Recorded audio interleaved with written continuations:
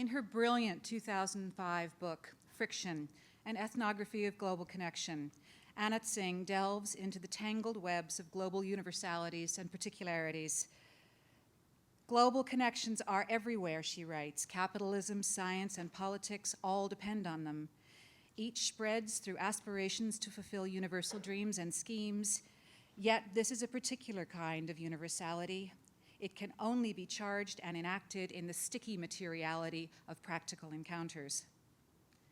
Taking us to the Indonesian rainforest as a site of these awkward encounters, these frictions, Tsing deftly crochets, weaving seems far too simple a metaphor, an extraordinary ethnography that includes everything from international speculators to national politicians, to Dayak villagers, to giant dipterocarp trees, to fruit orchards, rattans, and other human-tended plants.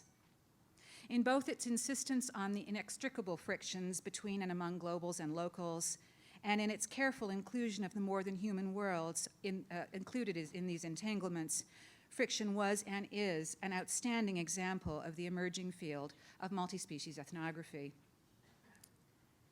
Anna is a professor of anthropology at the University of California, Santa Cruz, and Niels Bohr Professor in the Department of Culture and Society at Aarhus University in Denmark.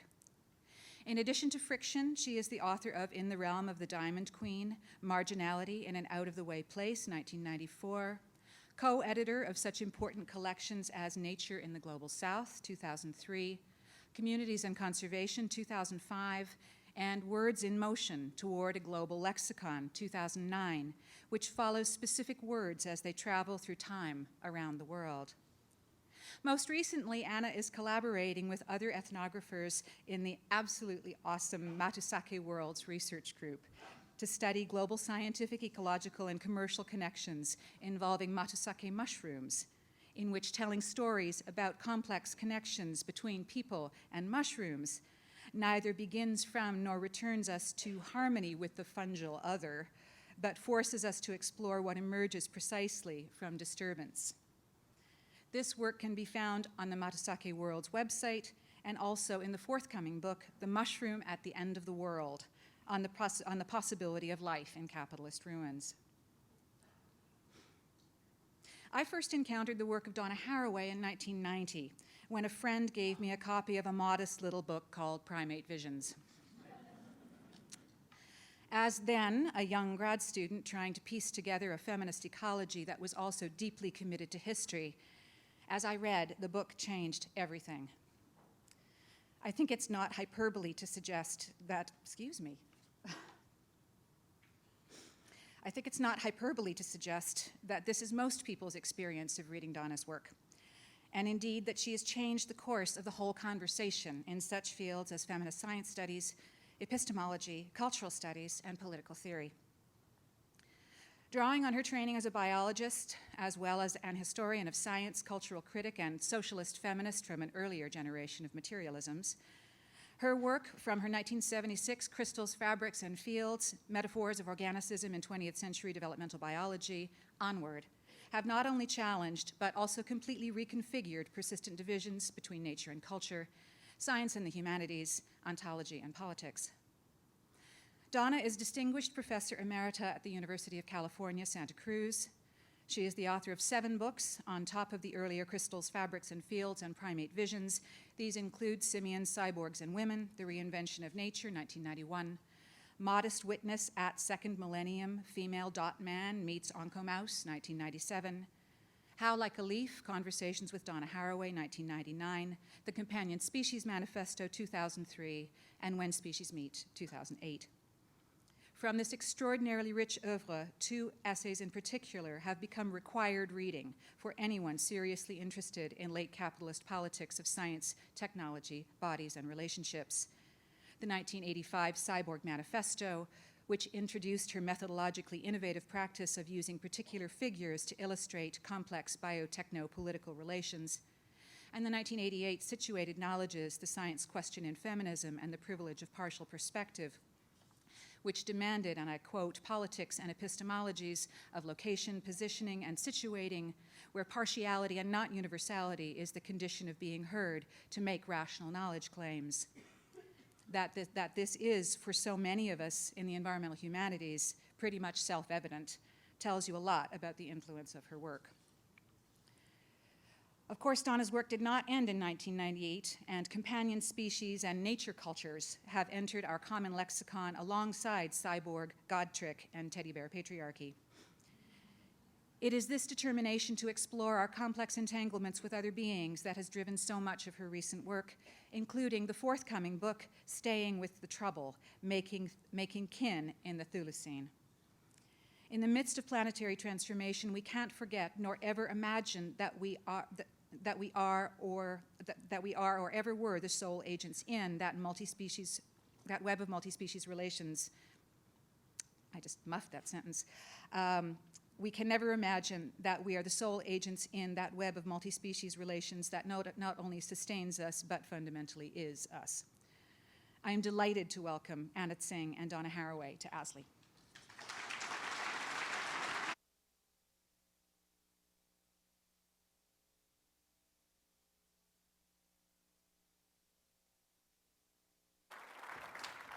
Go for it.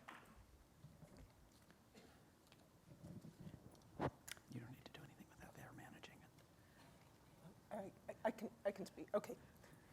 It's a real pleasure and honor to get to address you here today, and also to conduct a dialogue with Donna Haraway, who's been a long-term guide and companion in my explorations of multi-species world-making.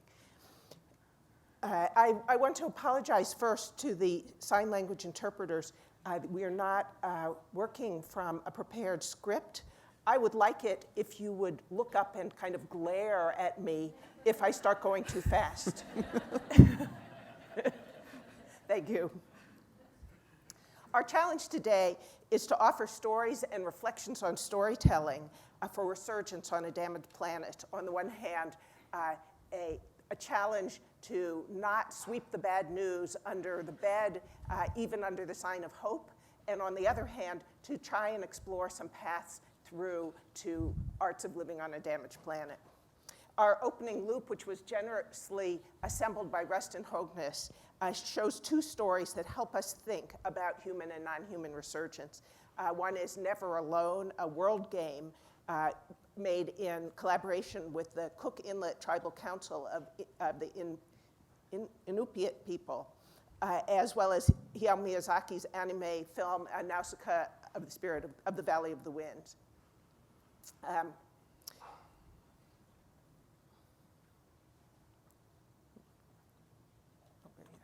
Great, thanks. I was particularly tickled to have the chance to come talk to a conference where thinking from the underground was our challenge. For a number of years, I've been working on fungi, in particular a kind of fungi that lives in the ground with tree roots, and it's helped me see the underground as a space of life. I think too often we think, maybe because of burial customs, as underground as death, a space of death, but working with fungi has allowed me to see the very lively worlds there, and that are also worlds for making space, for making livability for many species, including us. Miyazaki's Nausicaa film is one of the few films I've ever seen that has fungi as one of its protagonists. And it's not just one mushroom. It's a whole multi-species landscape with different kinds of mushrooms, as you see in the slide. And it helps me think about the problems of livability despite environmental destruction. Nausicaa is also a story that might help us think about the Anthropocene, that proposed geological epoch in which humans have moved more Earth and changed the climate more than glaciers. As a term, Anthropocene is a wake-up call asking us to pay attention to environmental destruction. It also, of course, has many problems, things that it carries, and I start by modifying it right off by calling attention to the patchy Anthropocene. That is one that's made up of multiple nature culture patches. But we flank it too with other terms. Donna's wonderful Chthulucene, a term for the tentacular interconnections that make up our worlds of becoming with. And also another Donna term, the Plantationocene, that I'll talk about today, that gives us a sense of part of what's wrong. Miyazaki's film also is helpful for thinking about the Anthropocene because he describes a post-apocalyptic future of living in the ruins of the destructions of human projects. In his film, the earth was destroyed by giant warriors, and in this slide you see the cities crumbling at their feet. It's helped me to think of Anthropocene as earth stalked by man. And by man, I mean that capital M guy who gave us capital P progress. He's not humanity, but the one who tried to convince us that giving technologies and wealth to the elite at the top would somehow create a tide that brought all ships into a greater well-being. That was a very seductive idea in the 20th century. The nation state seemed a possible entryway for all kinds of citizens to get involved in this promised new prosperity. But by the end of the century, the sheen of progress began to fall away. And I think the comeback of indigenous pride was really important to that, because the one group that's ideologically rejected from capital P progress are indigenous people. And to take the indigenous seriously makes us question what that whole project was about. And it's also the comeback of the environment as a force capable of making history. So together, those have challenged us to rethink what our futures are all about. And that's a time that we need stories. We need new kinds of stories that help us think about livability without the capital P progress charting our way. So Nausicaa is a post-apocalyptic multi-species world. In the story, the fungi are toxic.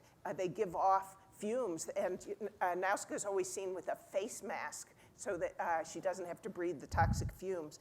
They turn out in the end to be sequestering contamination and also reprocessing it, turning it into water. It's an optimistic vision, although in terms, the temporality is a long one there. But it does alert us to the fact that humans might not be masters of the universe, and that we might have to think of ourselves in relation to multi-species resurgence. This is the kind of story that helps us think about collaborative survival and how multi-species landscapes are part of our lives. Let me turn the microphone over to Donna. Anna and I have done a kind of call and response with each other in a number of formats over the years. In particular, we taught 3 graduate seminars together that put our research and our students and our needs, our desires, our lures toward each other under the rubric of geofeminisms. And this is the first time we've done a kind of call of response in this format. But I think both of us like to think of it as an ongoing kind of string figuring, a kind of SF practice, a kind of speculative feminism, string figures, science fiction, speculative fabulation. And that in making string figures, one hand is still while the other moves. Patterning requires many digits, not necessarily of this kind. And that the patterns are relayed and passed on, both through the generations as well as through the actual materiality of string figuring. And I think, and Anna and I have thought together, that speculative fabulation and speculative feminism are a kind of genre, a kind of worlding, a kind of story making with deep materialities that work through relays and noddings and dropping threads, and somebody else picking a thread, and a mutation in a pattern happening that you didn't intend, that perhaps ruins the pattern, but perhaps also suggests something interesting and fun and better, maybe like coyotes opening 2 doors, a Navajo Natlo string figure pattern that's a very mobile and very suggestive of coyotes either coming together or running away. I think of speculative feminism and speculative fabulation as that kind of practice that has been the privilege of our colleagueship for more than 25 years. So the Anthropocene was sort of dropped on us by geologists for serious reasons. And much as I have been a resistor to the terminology and the particular kind of apparatus and size and power of the story, I have come around to feeling that the Anthropocene has a place in our story-making apparatuses of a rather important kind. But it's not mainly what we're going to be talking about today. Rather, I want to suggest something that my colleague Scott Gilbert gave us in the same gathering in which the Plantationocene erupted among us. Namely, that the Anthropocene is not so much an epoch as a boundary event from a geological point of view. It's very much like the Cretaceous-Paleogene boundary, and not to be thought of that way. So I have for you here a slide of the Cretaceous-Paleogene boundary, this bright stripe here. And there's a before and an after, but what comes next was not what came before.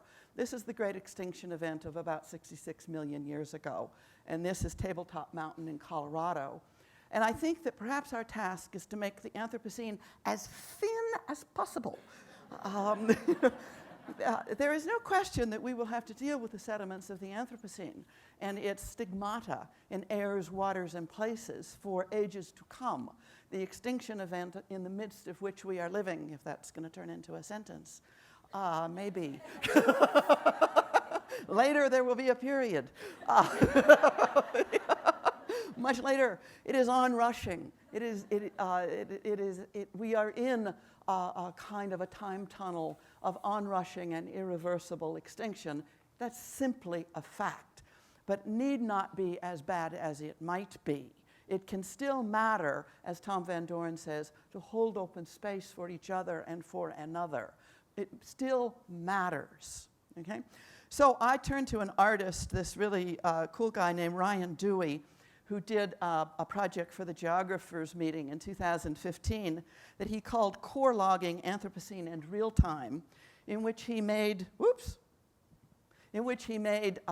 core sediments of the Anthropocene out of the shelves of big box retail stores. And he called these commoditized sediments. And I think this is really a fabulous image of the particular kind of core sampling of that story. Enough of that story. By the way, there's a whole wonderful background of the materiality of how he does this. But I think you can just sit with commoditized sediments and be happy campers. To go to the Chthulucene, to symphonic, the earthly ones, the ones of the earth, who do poetically, making with, worlding in epochs past, present, and yet to come. Now watch the irony of my invoking an image from this very interesting game. There was a good paper given yesterday on this game. Eline Media, Upper One Games, the Inupiaq, the Cook Inlet Tribal Council, Eline Media opened up a studio in Seattle. Very interesting collaborations between elders of the Cook Island Tribal Council, between game players, game designers, between kids, between adults. A game that has been seen, hit more than 1 million times, was on 50 of the best of 14 computer game winners of just a year ago. A game that is called a world game, of which there is, at this moment, only one instance of this genre, those of you in literature. World games are computer games made from indigenous points of view in alliance for worlding, for casting out propositions and languages and ways of making worlds for, first of all, the youth of the Inupiaq, but also a worlding, a kind of proposition, a kind of invitation. Now, there's an irony for me to name this with a Greek rootlet, phonic. Okay? It's not lost on me that I am putting world games and symphonic together. Neither is an Inupiaq word, although the Inupiaq use world game. To my best of my knowledge, they haven't yet had the chance to decide whether they're going to use the Chthulucene or symphonic, but my guess is they will find that unhelpful. Who knows? Who knows? I don't know.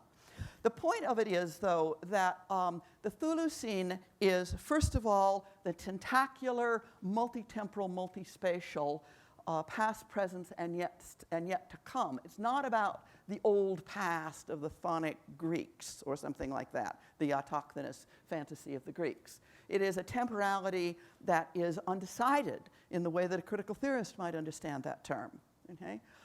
And yet to come, as well as what is inherited. It's tentacular and grasping. And the Greeks thought of squid and octopus as the aporia of critters. They squirt dark night.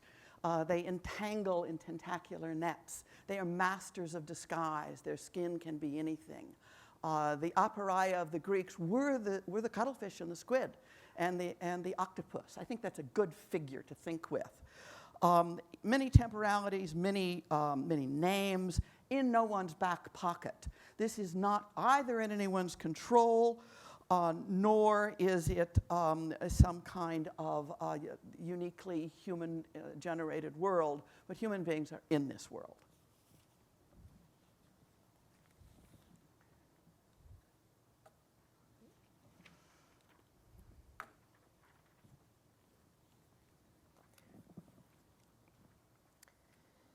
I'm going to start a little storytelling riff about resurgence. And I first need to apologize that obviously I wrote this slide when I was a little tired. Refugia when the ice recedes doesn't make any sense. So I try Refugia 4 when the ice recedes. What, can you hear me now? Am I okay? Sounds maybe better. What does it take for humans to survive? I think we've been arguing in that sim way that it's going to take more than humans imagined autonomously, but entangled in multi-species worlds. But the landscapes that we're a part of are not just backgrounds or aesthetic objects. We need the other players with us in making these worlds to be active and creative and to be part of making the same kinds of projects that we will also respond to. And we need them to respond to opportunities, including human trouble. I'm going to use the word disturbance, and I hope it doesn't upset you too much. A disturbance just means relatively quick ecological change. It's not necessarily bad. It's not necessarily human. Fires and floods are disturbances, and so too is human farming. When other living beings come back in the face of disturbance, I'll call that resurgence. Cut down a forest and it grows back again. That's resurgence. Drain a wetland and don't maintain the drains, it becomes a wetland again. That's resurgence. My main argument in this section is that we need resurgence. We can't survive without it. We're in trouble to the extent that we block resurgence. And there's a particular kind of resurgence, too, that might be a guide, and I'm going to call it Holocene resurgence, after the geological epoch following the last ice age, when the Earth's climate warmed and stabilized. This is also the time of the spread of human farming. Now, the Holocene was not the world in natural harmony. Humans already had extinguished many of the big animals, the ones we now call megafauna. But compared to the present, we had an array of other life forms that our species managed to live with in the midst of farming. And we might want to appreciate that now that we're doing much less well. So what this slide shows is the last glacial maximum about 18,000 years ago. The world was full of ice and deserts. When the ice retreated and the world got warmer and wetter, plants and animals moved into new places, taking advantage of opportunities. And I think we don't appreciate the ability of plants in particular to move around very much, and we should, because that's the basis of what I'm calling resurgence.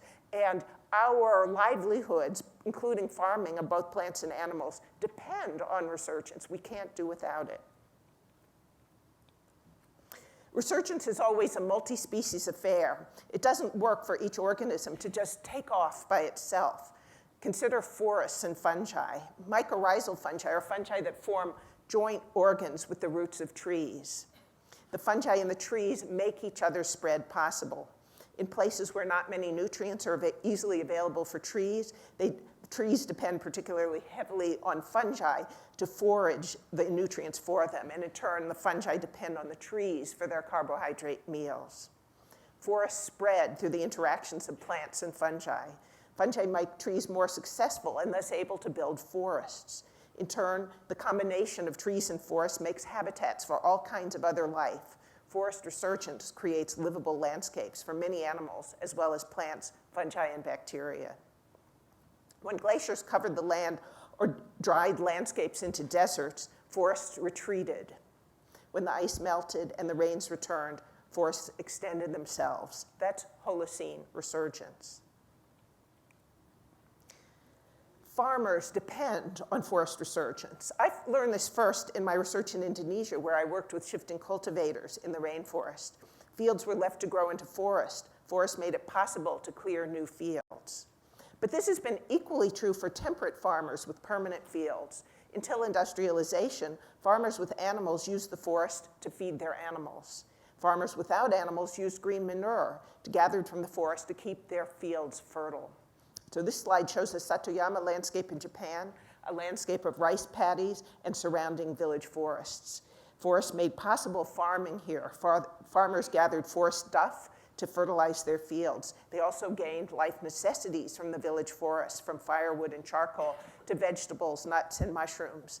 Fungi and trees worked together to come back as farmers cleared forests. Resurgence was a necessary feature of farming. Indeed, the very species that had exhibited the most post-Ice Age mobility, such as pines and oaks, were those two that farmers could depend on to revitalize village forests. Since the mid-1950s, Japan has experienced a fuel revolution. Firewood and charcoal have been replaced by fossil fuels for cooking and heating. Forest-gleaned fertilizers have been replaced with fossil fuel guzzling chemicals. Village forests have been abandoned. Farming has been separated from forest resurgence. This separation, in which we forget entirely our dependence on resurgence, is the problem we face today. And it's in the center of why it makes sense to me to join the discussion called Anthropocene. One group of scientists in a recent issue of Nature has argued for a beginning of the Anthropocene that corresponds to the European decimation of the New World's human population, which changed the carbon dioxide level so much in the Earth's atmosphere just by killing off so many people. At that same time, we see the spread of a new technology of ecological simplification, in which exotic crops and enslaved people are brought together in disciplined, cleaned out spaces with no local relations. I'm going to call these simplified ecologies for long-distance asset making plantations. And there's a good argument for putting such ecological simplification at the center of our complaints about the Anthropocene. My argument is that plantations block resurgence, and this is a threat to livability. Plantations are an eruption of man, again, that capital M guy who's caused us so many problems. Plantations are discrete and yet traveling. They help me think about patchy Anthropocene, not evenly spread, but also on the move. Plantations can directly displace indigenous ecologies and peoples, but they also create the conditions for ecologies that block resurgence by making new kinds of ecologies possible. I'm calling these feral biologies, that is, ecological processes that emerge from Anthropocene processes outside human control. And because I had such a good time working with mycorrhizal fungi, I started thinking about this in terms of what you might call killer fungi, that is, plantation pests gone feral. Killer fungi help me think about patchy Anthropocene because they show emergent patches of landscape livability and unlivability, negotiating and responding to eruptions of man as the plantation. One more. Okay. Two kinds of mechanisms are prominent in making killer fungi. The first is long-distance industrial travel, which offers a speed and scale of transfer of organisms unmatched since the continents were stuck together. The biggest threat to plant species today is the industrial nursery trade, which spreads plant pathogens so quickly and thoroughly that plant ecologies cannot recover. The second issue is the ecological simplification of the plantation, which allows new processes of growth and reproduction of pests and diseases. This is a picture of a rubber plantation in Brazil, which offers a good place to start. When rubber is put into plantation in its native Brazil, the fungi that in the forest are ordinary parts of its ecological assemblage go into hyperdrive, repurposing the forms of reproduction that won't work in the forest, where a rubber tree is surrounded by all kinds of other trees. But one kind of tree rubbing up next to another that's exactly like it, and fungal reproduction goes nuts, destroying all the trees. Feral blights challenge the resurgence on which we depend. And this is a story that needs to be told not just by natural scientists, but by humanists. We're the ones who know how to work with patchiness and travel. We pay attention to history. We watch poetics and cosmopolitics. We are needed to tell this story. So we're in a section of our talk that Anna and I committed to the importance of sciences and stories together. So I want to back up a little bit and also speak about resurgent biologies. And I want to do it through a revolution which is taking place in the biological sciences that emphasizes symbiosis, the living together of critters who need each other for getting through the day, perhaps by one killing the other. Symbiosis is not a name for nice. And symbiogenesis, which is to say that changes in organizational order in the biological world happen not merely through mutation and selection, and perhaps maybe not primarily through mutation and selection, but quite possibly major organizational changes in the structure of the living world are the result of indigestion, which is to say critter A and B eat each other, partially assimilate each other, partially fail to assimilate each other, and have to hang out for a few million years together afterwards as something we may as call a one. A two, a one, who, how many? Lynn Margulis is, of course, Lynn Margulis, who died way too early, a couple of years ago now, is the scientist who was gutsy enough and strong enough and equipped enough, including with the technologies of all of the biological revolutions from the 1970s on, visualizing technologies, immunoassays, sequencing technologies, genomics apparatuses, giant database managements, as well as the observation of the teeny tinies with a very physical work process. Lynn Margulis, of course, proposes the notion, and indeed provides the evidence for the notion, that the origin of the modern cell, the sorts of cells that make up about 10% of the cells of our bodies, but the biggest ones, the one that sort of make us look like us. The origin of the modern eukaryotic cell was the result of symbiogenesis. That is to say, archaea and bacteria joining each other through acts of eating each other and getting indigestion. Nicole King at the University of California, Berkeley, has developed a model system that involves a particular kind of bacteria and a particular sort of free-living choanoflagellate, those sort of single-celled critters with long flagellae that sort of swim through the world and stick onto their prey and bring it into their little collar sacs. Infected with the proper bacteria, they clump and start acting like animals. So Nicole King is interested in the infectious origin of multicellularity in the animal kingdom. Similar kinds of work go on in the plant kingdom. Another biologist, Margaret McFall-Nye, this is only an accident that all these folks are girls. Another scientist, Margaret McFall-Nye, and her collaborator, who's a boy, whose name I'm actually forgetting. That's very bad. Jesus. Anyway, I'll remember it later. Have developed a model system that involves the Hawaiian bobtail squid and a kind of bacteria that must infect the little baby new hatched squid at the right place at the right time, where the squid can't build the ventral pouch on itself to house bacteria who are going to luminesce on dark nights so that the hunting squid looks like a starry sky from the point of view of the prey below.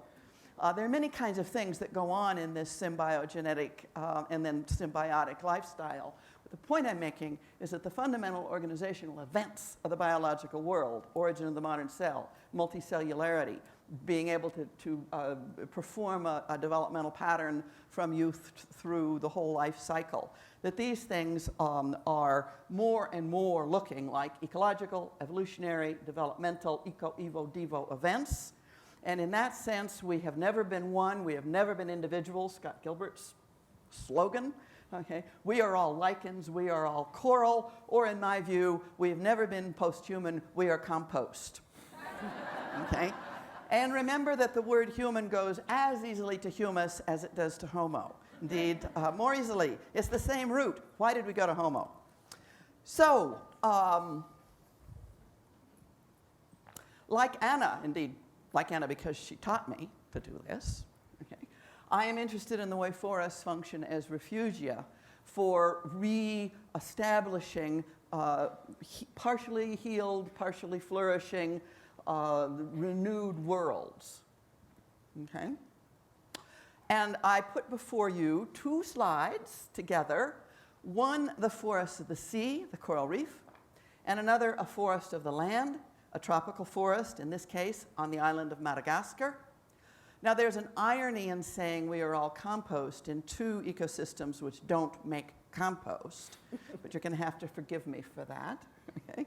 The picture of the coral reef occurs on the website for the, it's a picture of the Great Barrier Reef, from the Great Barrier Reef, and it's being used for the Rights of Nature Tribunal, being held as we speak in the far north of Queensland, collecting statements from Aboriginal witnesses to present at the International Tribunal for the Rights of Nature at the Climate Change Summit this December in Paris. The second is a poster developed from a story-making project by two allies, both lemur biologists, a Malagasy woman and an American woman that I'll say more about in a minute. But the point of the refugia of the forest is that if you're going to grow rice in Madagascar, which is the principal food of the rural people, if the forests are all cut down, those rice paddies will depend entirely on fossil fuel-based external inputs, and the life of the people will be blasted. So that the maintenance of the complex lifeways among peoples and forests and critters and rice growing practices and shifting cultivating practices and stable wet rice paddies, the maintenance of that patterning is a very big deal. Okay? So I go to two art projects that simply emphasize what I've already said. One is the Crochet Coral Reef Project, initiated by Margaret and Christine Wertheim at the Institute for Figuring in Los Angeles, where they have play tanks rather than work tanks. Okay? The notion that Anna's work needs to be talked about in terms of crocheting, the frilly and crenellated and ruffled and looping, the excess space, the kinds of shapes in the world that are just excess space, the hyperbolic geometries, really screwed up geometries that turn out to be everywhere in the living world, and for which the first workable models are developed by a mathematician, Diana Taimina, from Cornell University, where she crochets a mathematical model of the hyperbolic plane.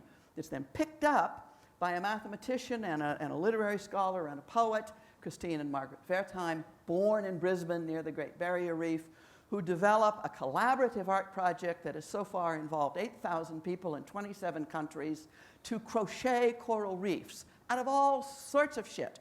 Everything from reel-to-reel abandoned tapes, Saran wrap, New York Times blue plastic wrappers, all sorts of plastic trash for the toxic reef, for the coral nightmare fantasy reef, also crocheting from wool and silk and cotton, doing certain kinds of applique.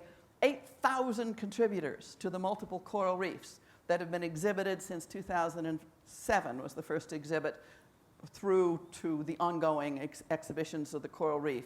Many of them are crocheting of the toxic and polluted reefs. It's a mode of bringing together mathematics, women's fiber arts, community art activism, a kind of solidarity with the reefs, a kind of coming to awareness of the crisis that we are in, not through needing to go on an ecotourist diving expedition and touch a reef, but through a kind of Jake Metcalfe's term, intimacy without proximity, a kind of coming to care through crocheting with each other, and you see the white coral garden.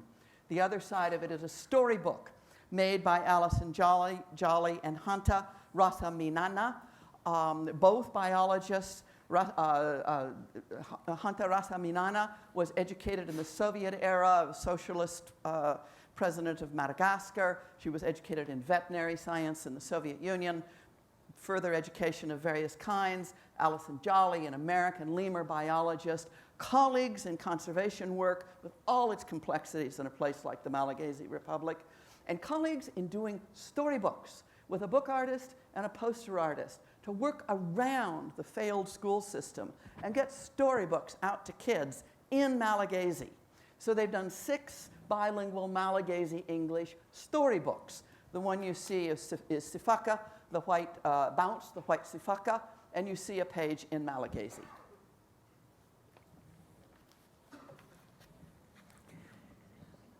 In this section of our talk, we're going to talk about our own art science activisms.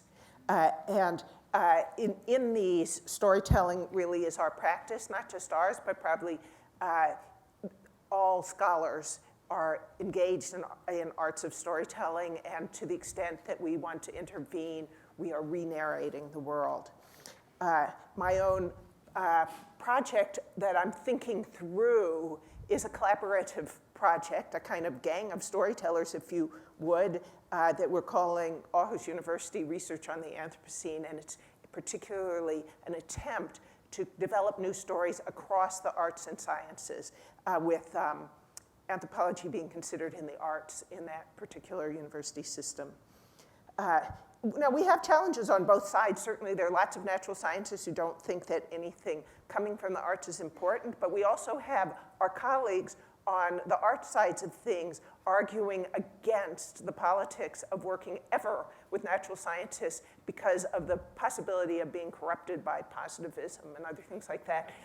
I'm trying to argue that there's an opening here, that the kinds of environmental dilemmas we have right now are a time for something new that's not arts and not sciences, and that our work is an attempt to try to do a new kind of storytelling, a radical storytelling in that underground sense of that it challenges us at the roots. The project that I began to tell you a little bit about a minute ago, Feral Biologies, was conceived this spring within that storytelling gang. It's a project that emerges from both the arts and sciences. It takes ecological concerns about extinction seriously, while also paying attention to the kind of global heterogeneity, knowledge practices that make up what I'm calling patchy Anthropocene. It's a story of the eruptions of capital M man and the living in ruins that it's engendered. The idea is a web project in which various kinds of research from arts or sciences or creative work can be put forward in short essays or other genres in which about kinds of ecologies gone out of control. And it might be a chance to look at the kind of political economies and ecologies that give rise to these. It's open-ended. We want art, poetry, and ceremony as well as scholarly essays. And there's a sign-up sheet going around right now for those who'd like to get involved. My plan when I wrote this talk was to tell you about frogs because there's a killer fungi on the loose among frogs. It's something new that developed that did not exist before. As I read the literature, it's coming from the intersection of 2 industrial commodity chains in frogs, one involving, no, well, don't do that yet. Okay. But thank you, though. Stop that. One involves Xenopus, African clawed frogs, and the other American bullfrogs. And when they came together, a new fungus developed, and those frogs went feral and spread this around the world, not to themselves, but to frogs everywhere else, far from the plantation. I then took a walk yesterday morning, and when I got to the state line, there was a sign about the involvement of this area in white pine blister rust another very important fungal plague, and I thought, I'm going to tell you that story instead. I've left the frog slides intact, so there's a kind of call and response intended between the real problem we're having with the extinction of frogs and the story I'm going to tell you about white pine blister rust. So both of them have the same kind of moral of the story, which is when we start regarding the world as a plantation, the kinds of ecologies that plantations create that are completely outside of our control go feral. They're going to spread everywhere. So under the picture, oh, I did want that. Yeah. Under the picture of a frog, then, I'm going to tell you the story of a tree. White pine is indigenous to North America. It's one of the heroes of post-Ice Age resurgence. It comes back. Because of that, too, it's a companion to farmers. It's the first thing that grows in abandoned fields, helping to remake forests with its mycorrhizal partners. It's also a valued elder, according to the sign at the state line. Nez Perce say that white pine was the original guardian of fire, that great destroyer and revitalizer of multi-species landscapes. But it also fell in with the eruption of man. White pine was the first tree of the US logging industry in the US Northeast. When they had finished felling all the trees there, they went to the Midwest, and when they finished felling all the trees there, they came to the inland empire of the West, where we are now. When they logged it out, of course, white pines grew back. They're very resilient, but loggers wanted more, and they introduced plantations. Worse yet, they confused plantations and the forest, treating the world as a plantation. But where would they get their seedlings? Well, US nurseries at that moment were more interested in ornamentals, which were fetching higher price. They found it possible to outsource to Central Europe, where they were willing to grow white pine seedlings. White pine is not a local plant in Europe, so these nurseries were bringing in introduced white pine, along with pines from all over the world, including Asia, and a Asian fungus, which was a kind of sleepy, parochial companion species to pines in Asia, infected the white pine seedlings from North America, and millions of infected white pine seedlings were sent as a plantation crop to North America from Maine to British Columbia. Millions of seedlings, and pines died in droves. This is the fungus killing frogs. Congress responded in 1912 with a quarantine, the first quarantine against shipping white pines, but it was a great example of closing the barn door after the horses left. White pines were already dying across North America. This is what I've been calling an eruption of man, in the sense that it was bringing a particular model of how to grow a forest, one that had only one species in it, white pines. And it inspired people to apply plantation techniques to cure plantation blights. So the response was to eradicate. And this seemed possible because white pine blister rust has a complex life cycle that involves not just white pines, but another species, gooseberry and currant bushes of the genus Ribes. And in Europe, Ribes are mainly like black currants in gardens, and they thought they could just take out a few black currants from gardens and get rid of this. But in the United States, there are dozens of kinds of Ribes in all kinds of habitats, and eradicating Ribes was a major problem. And there's all kinds of really great stories that I wish I had time to tell you, but I won't, but it would help me with patchy Anthropocene if I did have time. I'm going to go straight to the Northwest Inland Empire, where most Ribes and most forests were. How did they eradicate it? Under the picture of American bullfrog, the first way they tried was after the invention of the bulldozer, which they just went through stream beds and they eradicated everything, all plants, and they threw in hayseed after that, transforming what they called unproductive multi-species species into productive hayfields. But the second thing was the Depression, which allowed a work crew that through federal programs like the CCC and the WPA, they brought in many, many workers to go out into the forest and just eradicate ribes. It was a perpetual motion machine because it turns out that the plantation and logging are really good for ribes, that every time you save a crop of white pine and you cut it down, it's the perfect place for ribes to grow up. But then came World War II, the labor disappeared. They tried to make do with other kinds of available labor, like the Bracero labor program, or prisoners, the cheapest labor of all. But the whole program just dwindled out. Again, patchy Anthropocene. It's just disappeared except for a few small places like the pine plantation that you can go look at the state line where they're trying to develop blister rust-resistant white pines. But the big story about white pine blister rust is not the industrial white pines that are out there on the plantation at state line. It's the other white pines, the ones that weren't part of the industry, that confusing the plantation and the forest allowed. Things like sugar pine, white bark pine.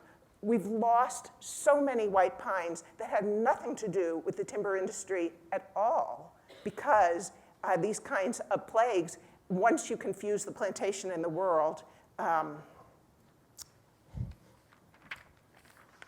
spread. Okay, this is just a slide saying, if you'd like to get involved in this project, this is not just about killer fungi. The question is, what blocks resurgence on which we all depend? All kinds of living and non-living kinds of feral ecologies are fair game. Please sign up if you'd like to be part of this project. And my email address is wrong, once again. It's atsing@ucsc.edu. And I'm hoping that in the discussion, which we really will be having, that Anna will say more about the Feral Biology's web project, because this is the kind of making alliances that we're both hoping to do. And I'm thinking in order to make time for the conclusion, I will let my part of making alliances, namely the Camille stories, function also as our conclusion. Okay. Okay. Change of plan. So, it so happened 2 years ago that I was at a conference in a writing workshop in speculative fabulation. Why are we surprised? When we were broken down into groups of 2 or 3 people, and I happened to be with a Belgian filmmaker, Fabrizio Terranova, and Vincent Desprez, a friend and colleague who's both a philosopher and an ethologist and a really remarkable thinker about multi-species making and unmaking. And we were told that we had a baby. I had kept all mine carefully haploid up until that time, and now they're just cooked. But there we were with a baby. And we were told to get that kid through 5 human generations somehow. There had to be 5 generations of babies somehow. That was our writing problem. We didn't want to name our kid male or female. We were in France. We hit on Camille. Turned out we didn't like gender very much, so we worked various ways to figure out how Camille could get through life without having to do it. Many things happened. But what happened to us is that all of a sudden, Camille dropped into our lives. We actually had this squiggling kid to cope with. And I've been writing, and so have my colleagues, Camille stories, The Children of Compost, stories of the communities of compost for the last couple of years. And I'm going to give you a little bit from 3 of the Camilles, 3 of the generations. First of all, it happened that beginning around 2015, for reasons historians still don't understand, but across the world from many different kinds of peoples and places, a kind of infectious coming together to inhabit and repair and try to make resurgent, ruined and damaged lands and waters infectiously spread across the earth. So that communities of 200 or 300 people, both from existing communities and migrant communities, settled specifically on ruined land. Now, it happened that Camille I's community of about 300 people settled in a place at the confluence of the Gauley River and the Red River in West Virginia, near where mountaintop coal mining removal had occurred. Gauley Mountain had been removed. I knew about this place in particular because Beth Stevens and Annie Sprinkle, artist friends of mine, go around marrying the earth in these really kind of seriously wonderful femme porn ecosexual, sorry, not porn, ecosexual couplings all over everywhere. And Beth Stevens happened to have been born near there, and they did a film, Goodbye to Gauley Mountain. There were certain simple principles in the communities of compost.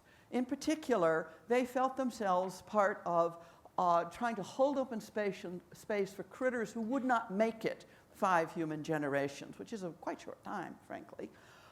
And they also felt it absolutely essential to practice eco-justice, environmental justice, climate justice, through helping to move the planet with more, not less, well-being from the approximately 11 billion people it is likely to be by the end of the 21st century. We're already well over 7 billion. In my lifetime, it's gone from 2.5 billion to 7.5 billion, and I am no longer happy with the combination of a gender power analysis plus Francis Moore Lepay and food first. We have to rethink and react at an extraordinary level.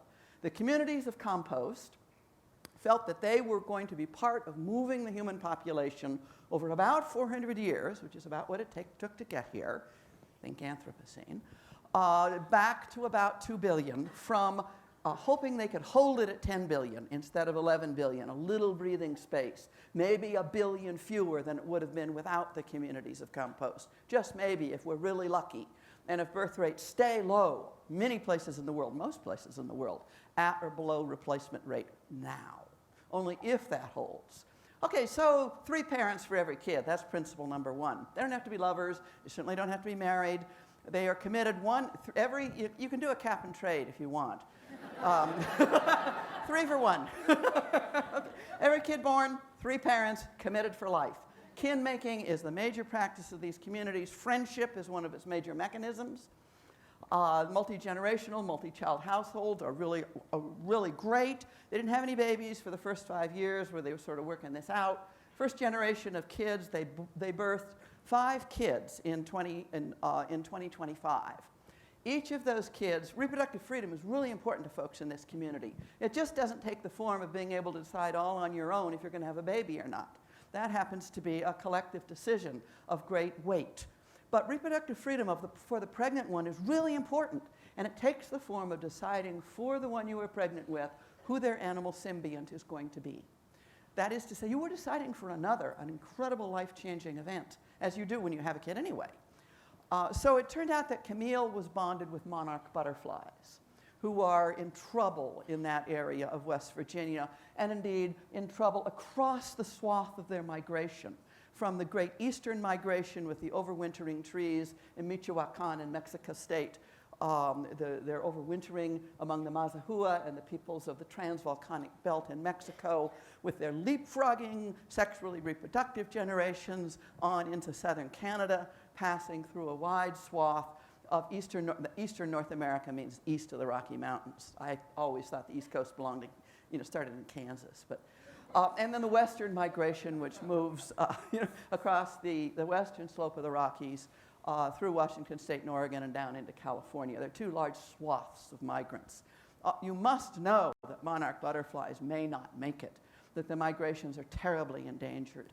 The job of the symbionts, the reason for being of the symbionts, is to form the socialities and the biologies and the alliances and the makings and the unmakings to get their critter through, okay? So that these are the communities of compost are cosmopolitan. They really are worldly in their outlook. They're not an enclosed, intentional community. Rather, their socialities are constructed out of the pathways of their symbionts. And the kids are bonded to critters that move. And then the whole world that critter needs in order to have a possibility of a future becomes the special responsibility of the sim kids. Camille 1 understands and works symbiogenesis. Camille 2 spends most of Purr's life, borrowing from Marge Percy for a gender-neutral word. By the way, kids could decide to have genders, and there were 4 working genders in the time that Nugali was established: cis woman, cis man, and trans woman, but everybody regarded those as highly provisional and really a bad list. So gender is constantly getting reformatted through this, all the time, everywhere. It always has been. But you don't have to do gender. Some kids choose to, some don't. But what Camille II does, Camille II was born when Camille I is about 15 years from dying. Camille I helps educate Camille II. Camille II spends most of Pear's life in Michoacan and happens to arrive there in November when the butterflies tend to come back on El Dia de los Muertos, the Day of the Dead, and learns that the Mazahua of the village that was hosting Camille II regard the returning butterflies as the souls of the dead. They don't represent the souls of the dead, they are the souls of the dead. And sim anima genesis comes to be worked and developed and inhabited by the Camille's both with and against symbiogenesis. Sim anima genesis and symbiogenesis both come into the practice of sims. Well, it happens that even though monarchs were looking pretty good and lots of really good things were happening, even though about 50% of the kinds of critters alive in 2020 when the community was founded are gone 300 years later, that was fewer than would have been gone otherwise. Okay, the Great Extinction is irreversible, but it can be moderated. Okay? It happened that in the fourth generation of Camille's, the monarchs who looked like they were doing pretty well, fungus infected their whole subfamily across the planet and wiped them out very quickly. Of course, many sim kids already had symbionts that had gone extinct. And the task of a sim person, there are about 1 billion sim people alive by the end of the third Camille generation, by the way, which is sort of interesting. Humanity came to a crisis, figuring out how the sim parts of humanity and the non-sim parts of humanity were going to think of themselves as humus. What did it mean? For a third, there were about 3 billion people alive then. A third of them are sims with other critters. And various genetic modifications, never of the animals, but of the people. Camille II got a beard implant of butterfly antennae to be able to taste the nectar and the pheromones better. And Scott Gilbert gave me some biologically plausible mechanisms for implanting. So it's all biologically cool. Anyway, like Camille IV, the monarchs are gone. And the job of Camille IV is to teach Camille V to be a speaker for the dead. The practice of being a speaker for the dead, right, straight out of Orson Scott Card, and right straight out of a kid trained to be a military, game-playing exterminator of the hive species, who as an adult takes on the role of the speaker for the dead, traveling to places where people cannot come to terms with their dead, cannot come to terms with going on until somehow the dead are made present in such a way as to give heart to the living. So that the job of the speaker for the dead in our times of extinctions, our times of urgencies, is the job of it's a kind of a job of resurgence. That in a way, the speaker for the dead understand the dead as refugia for giving heart to the ongoing work of making live. We're done.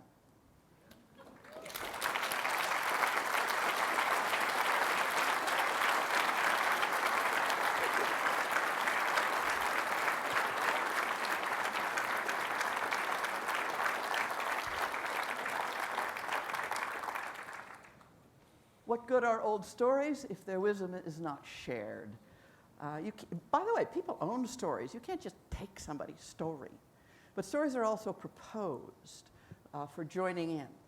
And Anna and I are proposing stories and projects to join in. Now it's your turn.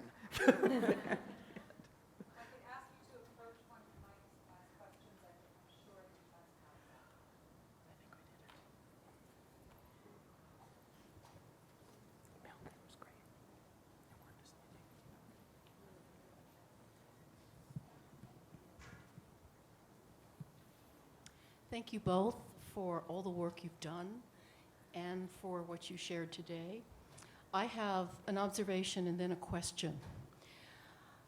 I'm looking at this last image and a lot of what you said, and the story A Christmas Carol came to mind, which is, of course, redemption, individual action, and one that has a great deal of power in North America, I think, or just the US.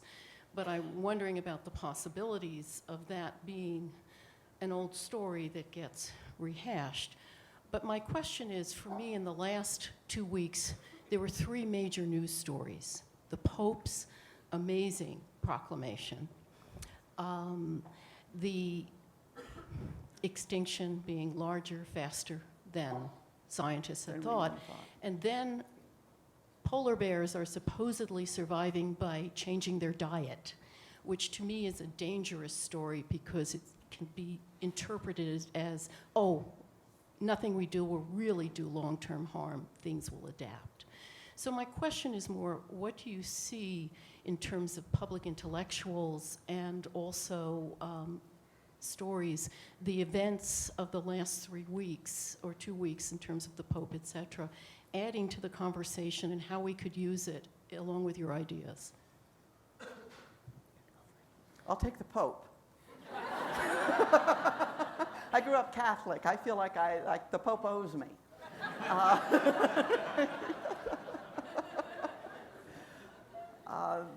I think it matters immensely that someone with that kind of power in a hierarchical, masculinist, major bureaucratic organization that influences about 1.1 billion people on this planet, such that the priests are supposed to give sermons the Sunday after the encyclical is published. Mind you, the Americans did not give such sermons, which is very interesting. Limitation of the authority even of the Papa. I find the encyclical heartening for many reasons. Most importantly, that it takes a strong version of the Vatican II and liberation theology doctrine of the preference for the poor, developed principally by Latin Americans, many of whom opposed and were opposed by this very same Pope when he was the bishop in Buenos Aires.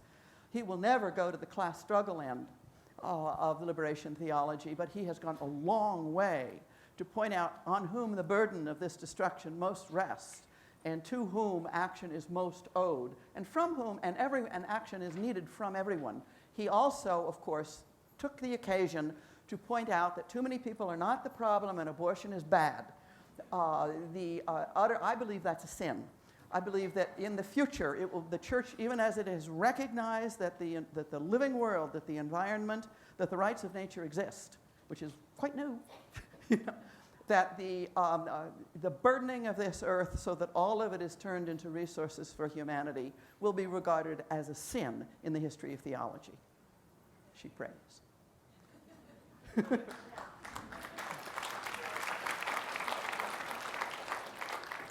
You want to take another part of that? Sure, I'll say a word about the polar bears. I agree completely about the danger of it, and I was thinking, maybe some of you know the Yes Men Artist Collective, and that one of their polar bear things said something like, polar bears are the long-distance athletes of the ocean. We make them swim farther, and then it's got Shell Oil's sign on it. So, Wow.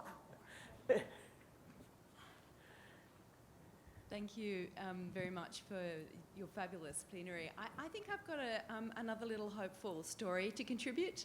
And actually, funnily enough, it also pertains to religion. There's a really cool program that developed, I think it developed in Chicago, and that's where my story is based anyway. It's an effort to bring ecological understanding, sensibility, and practice, importantly, into sort of poor communities in Chicago who haven't sort of historically been particularly engaged with reading eco-theology, which has been around for several centuries. I mean, well, it has in a sense. It has in a sense, actually, that's completely true, for several decades. Good to see that Pope's been reading it finally. But anyway, the story is this. It's a really lovely little project that was developed specifically for poor African American and Hispanic communities in the Chicago area to engage them with ecological questions. And the way in was through migration. And it was an invitation to people to come together to share stories of migration and to link these human stories of migration and questions about what do migrants need to thrive, to the plight of migratory species, and specifically monarchs, monarch butterflies, and Will birds. you put this on the website we're making? Who are doing it tough, and through reflecting upon their own migratory history, these people have been invited to engage empathetically with non-human migratory species and to develop gardens that are designed to provide habitat for migratory species. And so the first step was this sort of local action, actually urban, sort of urban kind of habitat regeneration. But the people, some of the people who've got involved in that have got kind of converted to the earth in a sense that they're also now demanding kind of excursions out of the city and going to kind of places that are kind of less humanized in a kind of destructive way. So I just thought that was one really nice little example of a kind of engagement through faith communities of practices. Fabulous. Yeah, thank you. We live in a world full of refugees without refuges. Right. Across species. Yeah, thank you. Hi, I think the question is mine. I came up here to ask about the Riveys, but I actually want to go 2 questions back. And I want to say that I found it really upsetting to hear, with love, I want to say, I found it really upsetting to hear, talked about the 3 most amazing stories in the last 2 weeks without mention of the white supremacist massacre. Mm-hmm. And I really don't want to be in a community where we're only looking at one pole of environment.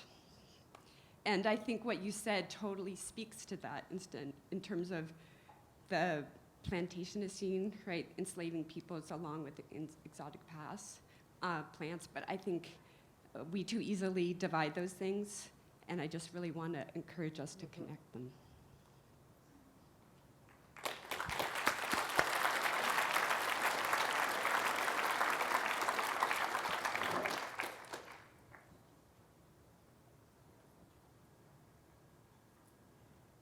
Hello, can you hear me? There were so many phrases in that wonderful presentation, so many phrases I wanted to write down because I know I'd find them reverberating for ages. One that forms the basis of this question, I suppose, is when you said symbiosis is not another word for nice. And it seems to me that a lot of recent thought in eco-criticism and new materialism and sort of associated schools of thought has been a celebration of semiotic exchange, of flux and free movement. And that, of course, could stand in contrast to what you describe as treating the world as a plantation. The creation of monocultures, you seem to be saying, is exceptionally dangerous. And it was interesting, although you didn't go on to use this example, it was interesting that you put up the picture about the development of the BD or chytrid infection in frogs. Because in Europe, the usual explanation that's given for this is that the fungal infection has spread because of the pet trade, because of the importing of amphibians, of exotic species, for the pet trade in Europe. And that way, the native populations have been infected. So it seems to me, in a way, there's a kind of counterexample, a sense in which the breaking down of boundaries and the free globalizing semiotic exchange has been the problem. And so it seems to me that in looking at these things, we can't think very easily in terms of one category good, another category bad. One has to find a different kind of pragmatism, which I think you are beginning to advance, but a kind of pragmatism that is peculiarly lacking in broad guidelines, broad categories that enable us to distinguish the good from the bad. So really, I'm asking you to say a little bit more about what our first principles, if any, can be. Thank you for that. I am struggling with just some of those issues. Indeed, my new interest in killer fungi reacts in part to the fact that I just wrote this book about mycorrhizal fungi and how helpful they are in helping us continue to live. And it was, in some sense, precisely that move that I'm sure many around the room are familiar with, where we're looking at these symbiotic connections as somehow hopeful and helpful. And I thought, I think maybe I have gone too far, perhaps, in celebrating those kinds of things, because just as you're saying, not all life processes are as helpful to general livability as, I mean, they're not exactly the same as each other, and we need to be paying more attention to some of the unlivability problems that we're living with that might indeed include pet trades and the kind of very intimate connections that we all want to have when we want to pet a frog. And the best I can do right now is to argue for to really pay attention to the concrete emergences of particular phenomena. And actually, the whole reason for the Feral Biologies project is I want people to tell stories of lots of these and then to take a look. You know, what have we got here that I've put out as a place to start the plantation? But maybe some of them are going to turn out different. And it's precisely in my kind of empirical curiosity that I want to have hundreds of examples to play with to see what we've got in our hands. And also, as the last speaker very carefully, usefully said, to make sure that questions about human inequalities are also part of the same kinds of stories that we're telling about frogs. I think I would just second what Anna said and perhaps add one that situated knowledges has been a kind of slogan for me. And I think situated complexities with their consequences and who lives and who dies and how and inside which complexities. And what are the rates of change and who bears them? The where, what, who, when, why, how. And that it really matters to know more at the end of the day than one did in the morning. That there is really a whole lot of finding out about things to be done, and that our ideologies often serve us badly. In particular, for people like me, my ideologies of the love of complexity sometimes serve me badly. A kind of follow-up terminology question to the last. I've heard you use the word plantations several times, but I don't believe I've heard you use the word monocultures, and I just wondered why the choice? I guess that's probably to me, and I want to invoke that history of slavery and kind of extermination that the term plantation for me carries with it, that I want the monoculture part, which I think is completely right, and in the production of these feral biologies I'm talking about, it's that monoculture stuff that you're seeing in the sugarcane slide that makes it a paradise for certain kinds of fungal evolution. But it's the coupling of it with this history of enslavement and dispossession of indigenous people that I want to hold on to. So it's not just the monoculture, it's this complex of the discipline of humans and plants together, and then animals also. Because I'm going to use the term Plantationocene for industrial livestock management and things like that too. So just to hold on to that legacy. I just wonder if Monsanto is going to hear you the same way. I mean, I hope that they would. I hope that the word plantation would get back to the powers that be that might be creating massive monocultures. I mean, I just wonder if the discourse is operating in the reverse as well, hopefully. Oh. You mean you think that monocultures might be a stronger word to use sometimes? Just in sort of everyday parlance, I feel like that's the word that's being used. And so if we could infuse monoculture with the plantation history instead of just using plantation. But yeah, no, that's very helpful. Thank you. I think it's very Actually, my question builds on the same kind of line of thinking from the past two questions too, or past three questions. And thank you both too. This is like a dream come true. It was really awesome, just totally delicious. Indigestion follows. But my question is about the Plantationocene, which I think is really, really, really thought-provoking. But I'm thinking of Tim Morton's work on agrologistics, about how the Agricultural Act instantiated an aesthetic view of the land, and with it patriarchy, private property, and so forth. So I'm wondering if you could talk about the Agricultural Act. I mean, without agri-logistics, we wouldn't have a plantation, first of all. And then also I wanted to ask you more about resurgence and whether resurgence and resurgence farming can overcome the violence of the Agricultural Act in Tim Morton's view of it. Thanks. I'm in trouble. I don't know the Agricultural Act. So he was saying in the Holocene, when people started using the earth to grow food, instantiated. Yeah. Okay, yes. Oh, I see. Yes, well, it is true that plantation, as I was using the term, has its roots in certain kinds of grain agriculture. And part of what goes into plantation is treating all living things that are going to be crops or livestock as if they were grain.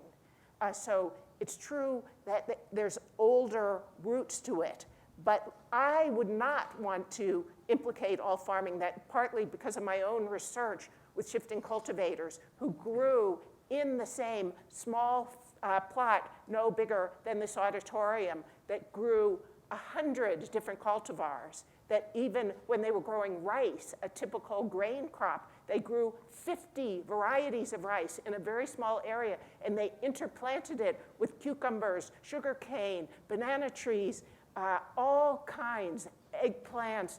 The many crops were being grown in the same place, requiring a situated attention of the farmers with each of the temporalities, the many temporalities of the crops. And some of those crops indeed were resurgence crops and things that grew because they were coming up from the forest that had been there, things that had been in the soil a long time, waiting for the light to hit them, like wild cucumbers that people really savored. So that there's another kind of farming that's possible that involves many species and a quite different way of handling the kinds of pests and challenges to farmers. And it was a very rich farming too, a farming that went in and out of foraging in the forest and was very appreciative. It knew that only the resurgence of the forest might make more farming possible in the future.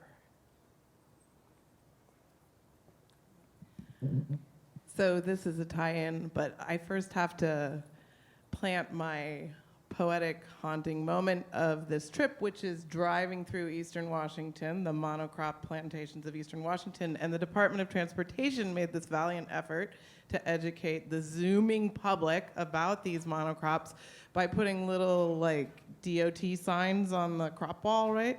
So the crops that we saw, my daughter's 6, and she could read sweet corn. She had a hard time with alfalfa, but she figured it out. She could read potatoes, and then there was this weird crop called Timothy, which I didn't even know about, but it was normally grown in humid places, right? It's supposed to be wet to grow Timothy, but this is Eastern Washington, insanely dry environment, and so I'm going around how the hell do they get off growing Timothy in a time of drought?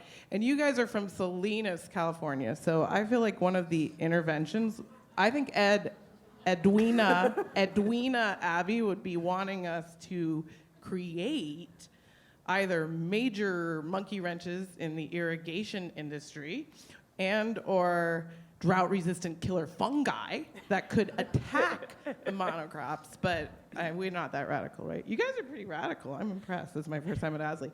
But my question would be, coming from California where we're reducing water use via the governor, yet not going against industrial agriculture, is there any way the pending drought we can get on that? Is there any successful news about? In 20 seconds. Santa Cruz, not Salinas, although Salinas is definitely part of our responsibility. Another one of the big stories of the last week, of course, is the GPS and other technologies World Planetary Survey of the aquifers, and the 27 known aquifers of planet Earth, which of them have already passed a tipping point such that they will never recharge, which of them haven't reached such a tipping point yet, which of them are merely sort of overcharged, and which of them are really doing well. And it's an extremely distressing story. I also know from my Australian colleagues that when El Nino is going on, here it makes it wet, here meaning California, and there, meaning my friends in Australia, makes it really dry. And over that incredible 10, 12-year drought that Australians went through into the early 2000s, a huge amount of radical water politics and radical water redoings of things occurred. Not enough, mind you, and it rained too soon, such that some of the really radical legislation didn't get passed and enforced. But I think that there's a way in which extinction focuses the mind. And I think the wetlands of the Central Valley might become part of the possible, the imaginary of the possible again. So, enough. You know what I think we should do is just ask the remaining people to ask their questions without trying to Good answer idea. them. And then we can hear each other's Yeah, so stuff. at least we can hear. And then we'll see if there's any time left. All right. Thank you.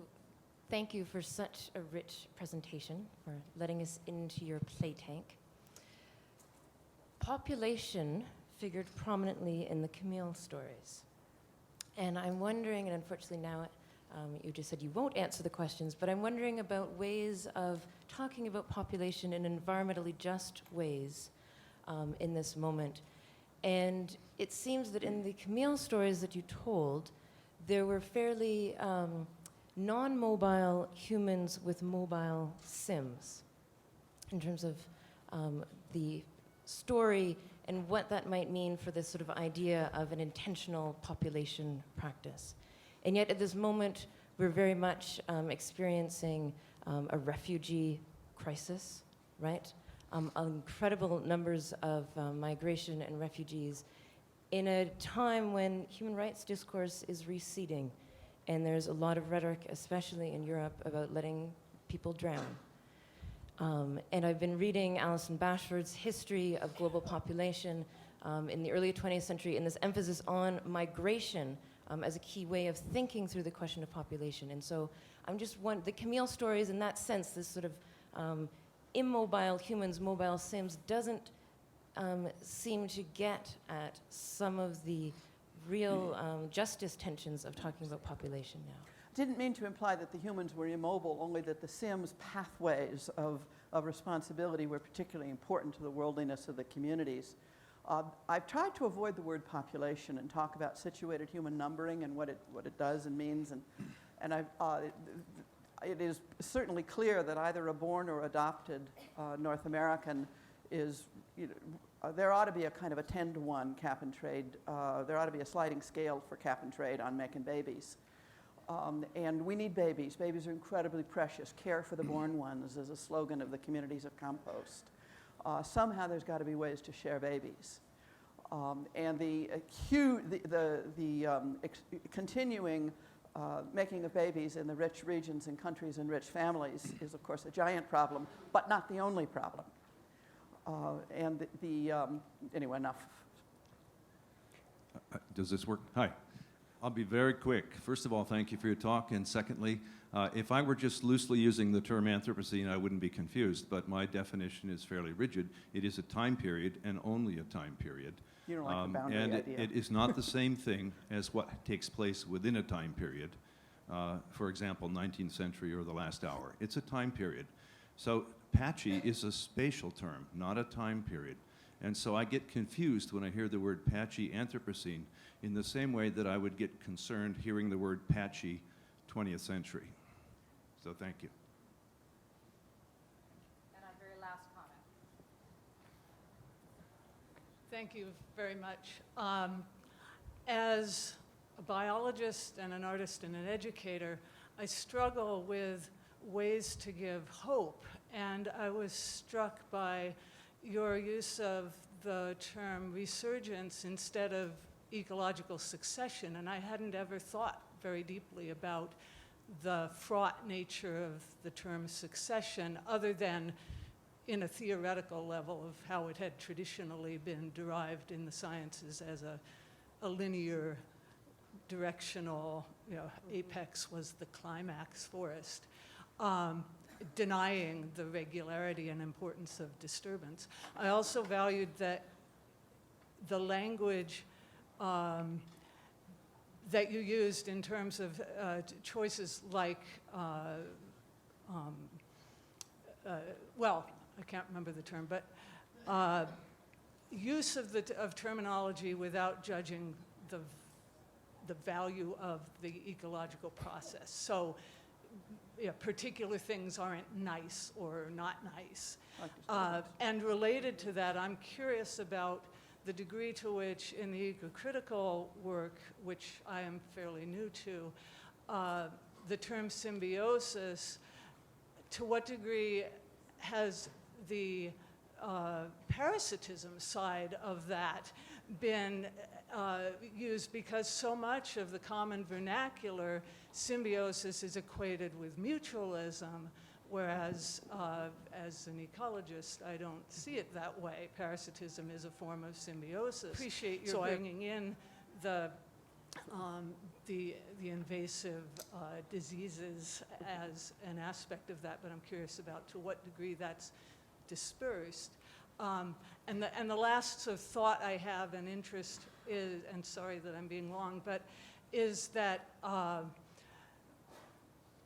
in seeking to give hope, I also find a tension in that, to me, there is hope in, even though we are going through a massive extinction, those periods when refugia were present on the Earth during the last glaciation, those were, the separations between those patches were what set the seeds for the next great flowering of speciation.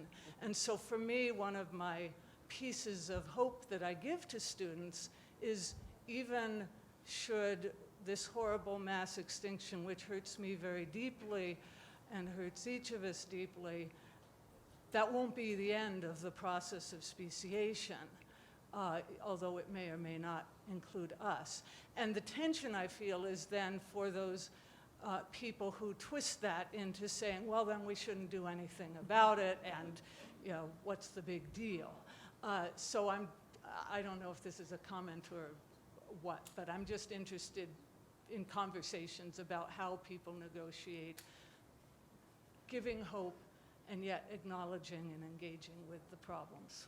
Thanks. Yeah, I think that's a very good place to draw to a close, so thank you very much.